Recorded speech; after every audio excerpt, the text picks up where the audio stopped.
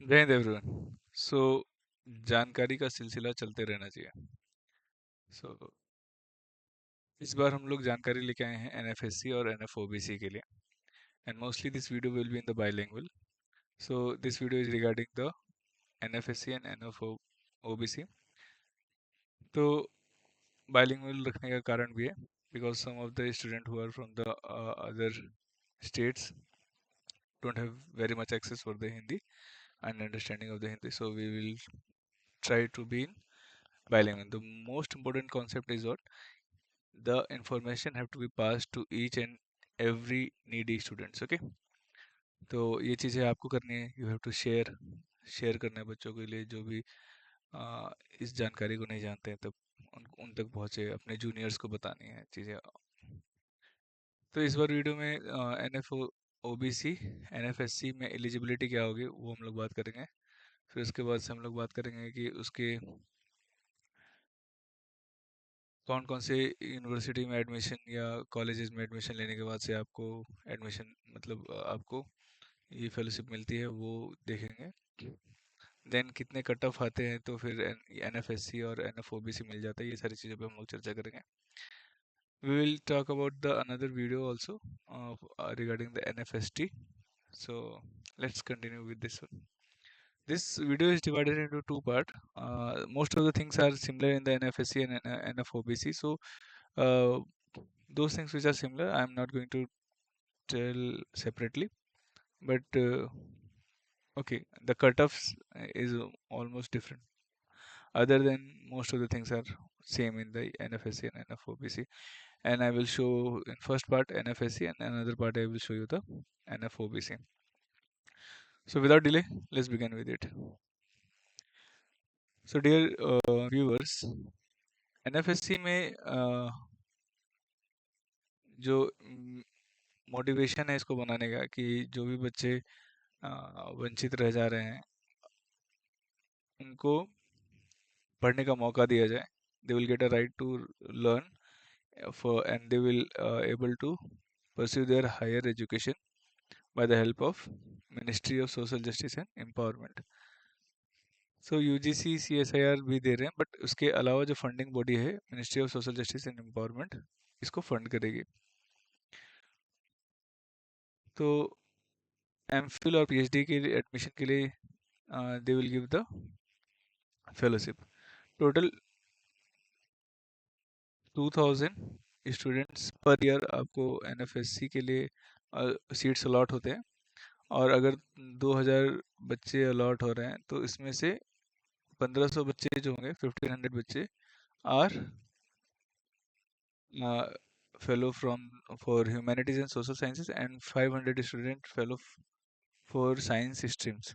So altogether you can see कि for each exam of the UGC, because UGC will be held in 2 times in a year, so for each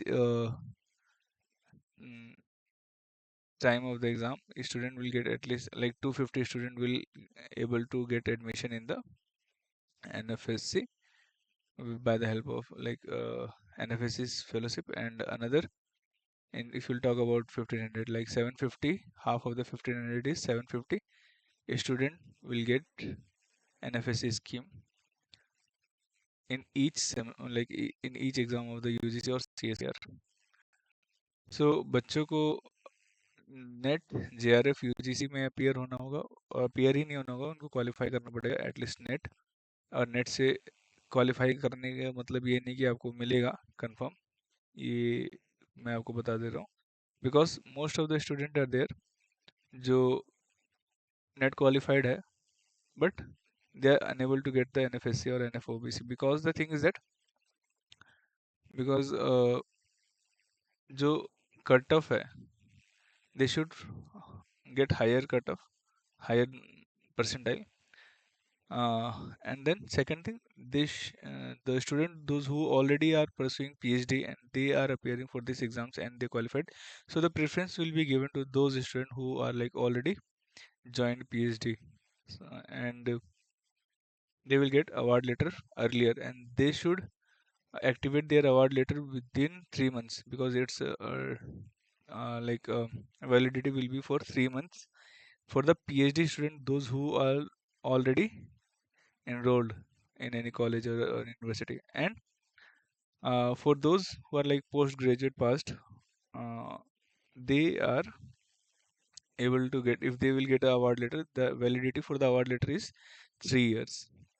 again I am saying कि जो बच्चे post graduate pass out कर गए हैं उनकी जो validity होगी अवार्ड लेटर की वो 3 साल के लिए होगी। यहाँ पे स्कोप ऑफ स्कीम में ये दोनों चीज़ें सेम है। कौन कौन सी चीज़ें सेम है? ये दोनों पॉइंट NF OBC और NF SC दोनों के लिए सेम है, ठीक है। तो आपको अपियर करना पड़ेगा, और जो सीट्स हैं वो NF OBC में थोड़ी यहाँ पे कम है, क्योंकि सो यहाँ पे NF OBC में लगभग 1000 सीट मिलती है 1 साल में, ठीक है। 1000 सीट्स होती हैं, और 1000 सीट्स में लाइक 500 डिवाइड कर लो आप। और इन्होंने बताया नहीं कि कितनी सीटें ह्यूमैनिटीज़ और सोशल साइंस और साइंस बैकग्राउंड को बांटेंगे, बट 500 होंगे। Now the thing is that if nobody will be able to get these seats, then this number of seats will be passed on to the next year or next exam, okay। कि अगर 500 बच्चों में से 250 seats बच जा रही है OBC में या किसी एनएफएससी में, तो वो सीट्स क्या होती है, वो नेक्स्ट ईयर पास हो जाएंगे। अगर एक्सीडेड हो गया, मतलब सीट्स बहुत ज़्यादा हो गए है ना, सीट्स बहुत ज़्यादा होंगे, तो परसेंटाइल के बेसिस पे वो लोग सेलेक्ट कर देंगे, और पीएचडी के बेसिस पे, लाइक जो ऑलरेडी पीएचडी कर रहे हैं बच्चों को, उनको प्रेफरेंस पहले मिलेगी। तो ये था दोनों चीज़ों में ना। अगर ये आपने क्वालिफाई कर लिया है ना, ये दोनों क्राइटेरिया आपके पास है, सो आपका जो सेंटर जहाँ पे भी आप एडमिशन लोगे, वो यूजीसी के जो स्कीम है उसके अंडर आना चाहिए, ठीक है। तो कोई भी अगर आप, ये दोनों के लिए सेम है, ओबीसी और एससी एनएफएससी के लिए। So your institution have to be comes under this UGC scheme, and this are written following. तो पहला क्या है कि आपका जो जहाँ पे भी आप, अगर आप एडमिशन ले रहे हो, वो या तो सेंट्रल और स्टेट गवर्नमेंट हो इंक्लूडेड, वो एफिलिएटेड इंस्टीट्यूट हो, कंस्टिट्यूएंट एफिलिएटेड इंस्टीट्यूट भी हो सकता है, जो सेक्शन 2F और UGC act 1956 and having valid accreditation from NAC, okay. So ये चीज़ तो समझ में आ गई कि सेंट्रल यूनिवर्सिटी में आपका एडमिशन होना चाहिए, स्टेट गवर्नमेंट स्टेट यूनिवर्सिटी का भी चलेगा, बट वो क्या होना चाहिए, सेक्शन 2F को फॉलो कर रहे हैं, है ना। इस सेक्शन 2F क्या है कि सेक्शन 2F वो सेक्शन है जिसमें यूजीसी से फाइनेंशियल असिस्टेंट आपका यूनिवर्सिटी ले सकता है कि नहीं ले सकता है, ले सकता है ना। तो अगर आपका यूजीसी सिर्फ आपका यूनिवर्सिटी फाइनल असिस्टेंस ले सकता है, देन वो ये सेक्शन में आएगा, और साथ साथ उसका नेक ग्रेडिंग भी होना चाहिए। So if those university which able to get a financial assistance from the UGC, that is called as a section A. Okay, so it should be lying in that, and the accreditation and NAC accreditation should be also required. It's they are not talking about A, B, C, D, but NAC का accreditation होना चाहिए। B क्या है कि deemed university, like deemed universities are those university जो central government के suggestion या central government के सजेशन पे किसी यूनिवर्सिटी को यूजीसी के 2F सेक्शन को वैलिडेट करते हैं, तो उसको वैलिड करने के लिए क्या किया गया, सेक्शन 3 लगेगा। कोई भी डीम्ड यूनिवर्सिटी, जो प्राइवेट यूनिवर्सिटीज हो सकती है, उनको अगर 2F के अंदर लाना है, सेक्शन 2F के अंदर लाना है, तो सेक्शन 3 को इम्प्लीमेंट करना पड़ता है। So institution for the higher education जो सेंट्रल गवर्नमेंट रिकमेंड करती है, या फिर कोई भी कमीशन रिकमेंड करती है, तो फिर उस यूनिवर्सिटी को हम लोग सेक्शन 3 के अंदर लाते हैं, और उसका भी नैक एक्रेडिटेशन लाइक होना चाहिए। Then third is what, institute fully funded by the state and central government, empowered to award degree. So state जो भी हो, वो जो भी इंस्टीट्यूट या हो, स्टेट या सेंट्रल इंस्टीट्यूट, वो गवर्नमेंट से फुली फंडेड हो, स्टेट गवर्नमेंट या सेंट्रल गवर्नमेंट से फुली फंडेड हो, साथ साथ साथ उनका आ, वो अपना अवार्ड लेटर, सॉरी अवार्ड, मतलब वो डिग्री भी देते हो इंस्टीट्यूट, ठीक है, तब जाके वो थर्ड में आएंगे। अगर इन तीनों में से कोई नहीं है तो एमएचआरडी ने कुछ इंस्टीट्यूट की, नेशनल इंपॉर्टेंस इंस्टीट्यूट की लिस्ट निकाली है, जो आपको इस वेबसाइट पे मिल जाएगी। तो अगर आपका इंस्टीट्यूट या यूनिवर्सिटी या यूनिवर्सिटी इंस्टीट्यूट, अगर कॉलेज उसमें लिस्टेड है, तो आप डी ऑप्शन को चूज करोगे। तो ये दोनों चीज़ें both are same for the OBC and NFOBC and NFSC. Now for both NFSC and NFOBC, the um, nodal body will be the UGC, like who will implement these schemes and the like listed out the student numbers and list the uh, net qualified students for the this fellowship. They will list all student according to their marks, as well as UGC is the only body who can give this list. Okay, now जो UGC है, UGC ही बताएगी कि कितने बच्चों के नाम देने हैं, उसमें कोई चेंजेस फर्दर नहीं किए जाएंगे। एलिजिबिलिटीज, पीएचडी अगर आप कर रहे हो तो ठीक है, अगर नहीं है तो फिर आपका नहीं है तो फिर आप पोस्ट ग्रेजुएट पास आउट होने चाहिए। ये सारी एलिजिबिलिटी की हम लोग ने बातें की हैं।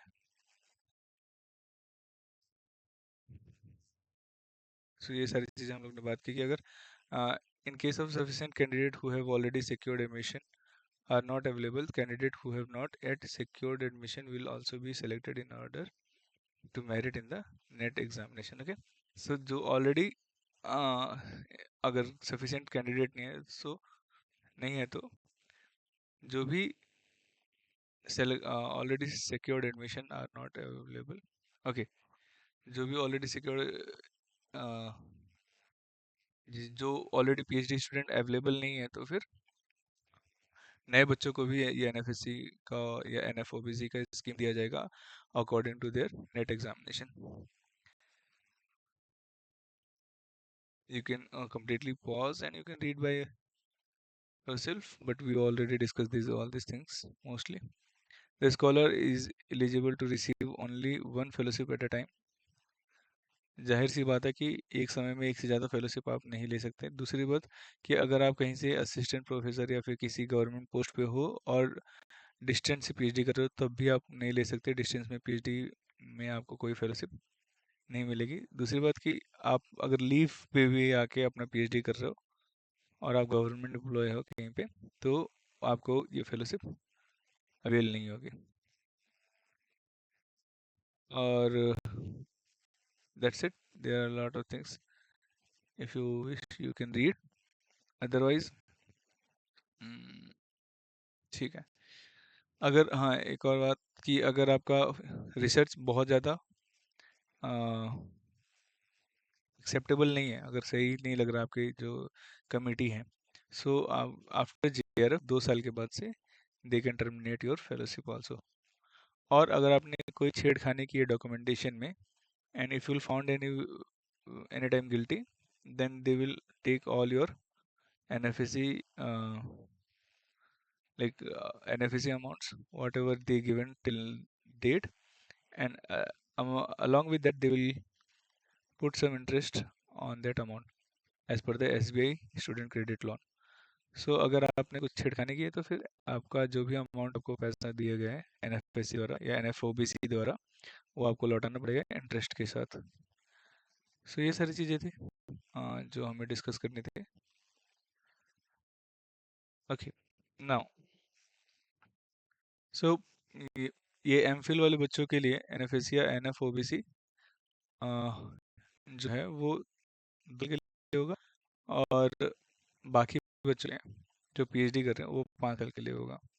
इसमें दो तरह की चीज़ होती है, जेआरएफ और एसआरएफ। जेआरएफ 2 साल के लिए मिलती है जिसमें 37,000 रुपये प्लस एचआरए मिलता है, और एसआरएफ लगभग 42,000 रुपये मिलते हैं प्लस एचआरए मिलता है। और ऐसा जेआरएफ से एसआरएफ बदलने में पीएचडी के लिए होगा ये। और इसमें द कोर कमेटी जो होती है, कमेटी में जैसे आपके साइंटिस्ट होते हैं जो आपको गाइड करते हैं, वो उनका रि- मतलब उनका रिकमेंडेशन जरूरी है, क्योंकि वही बताते हैं कि हाँ आपका research work is going good, so you are eligible for the SRF. So this is all the thing which we discussed. This amount is old, like not updated, so you cannot go with it. Contingency will be there, like 20,000 contingency per year you will get. Selection process is almost same as we discussed in the NFSC. You can see here, and these are the important clause you can see. Same thing they did in here also. University institute funded by state or central government.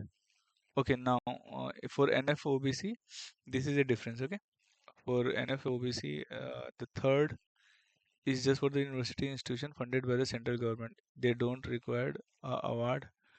They don't need to give the award like degree to that student. They not required to give the degree for the student. So this is the important thing.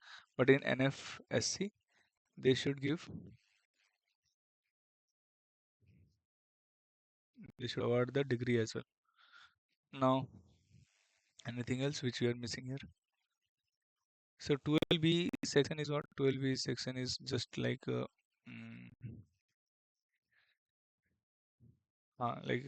that is university declared to fit receive from the grant or received grant from the government.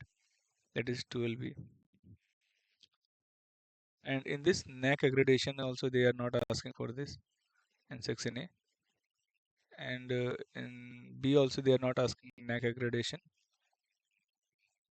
So the institution for higher education notified by central government to deemed university. That's it. Institution which are there in the MHRD. That's it. And the decision of the UGC is regarding to awarding the fellowship shall be final and no appeal to be there. These are the important difference which we talked about.